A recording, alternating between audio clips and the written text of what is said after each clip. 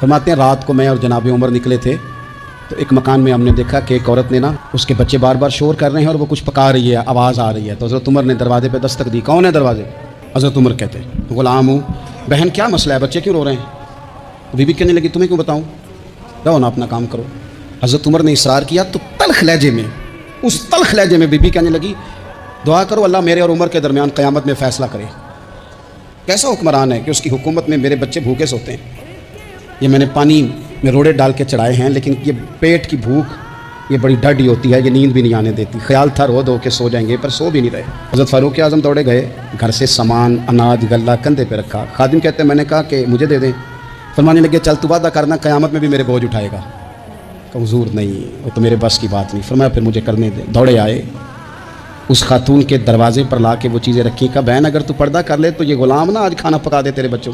کچھ سامان پکتا تھا وہ کھانا پکایا۔ غلام کہتے ہیں جب پھونکے مارتے تھے تو داڑھی سے دھواں نکلتا تھا، پھر کھانا پکایا، پھر ان بچوں کو کھلایا۔ پھر حضرت عمر فاروق رضی اللہ تعالیٰ عنہ نا تھوڑے پیچھے بیٹھ گئے تو بچوں کے ساتھ اس طرح کی باتیں کرنے لگے کہ وہ ہنس پڑے۔ جناب اسلم کہتے ہیں بچے اس بیوہ کے ہنستے تھے، بچے ہنستے تھے اور عمر روتے تھے۔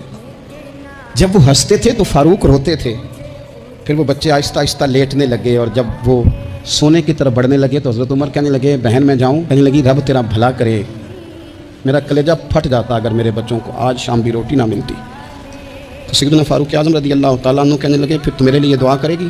کہنے لگی میں دعا کرتی ہوں اللہ عمر کی جگہ تیرے جیسا کو نیک آدمی بٹھا دے۔ حضرت عمر کہنے لگے ایک چھوٹی سی گزارش بھی مان لو گی؟ کا کیا؟ ماننے لگے کوئی یہ میری خدمت اگر پسند آئی ہے تو عمر کو معاف نہیں کر دیتی؟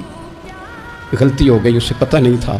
اپنے منہ سے کہنے لگے سیاںا بھی نہیں، باشعور بھی نہیں، اسے چاہیے تھا خلافت کی ذمہ داریاں نہ لیتا، لیکن حضرت صدیق نے کہا تو وہ مان گیا۔ اگر تو قیامت میں اس کی شکایت لگائے گی تو بڑا کمزور پڑ جائے گا، اس کے لیے مشکل ہو جائے گا۔ تو کہنے لگی اچھا اگر تو اتنی سفارش کرتا ہے تو جا، میں نے عمر کو معاف کیا۔ حضرت فاروق اعظم نے چہرے سے کپڑا ہٹایا تو بی بی کہنے لگی اوہو آپ عمر ہیں؟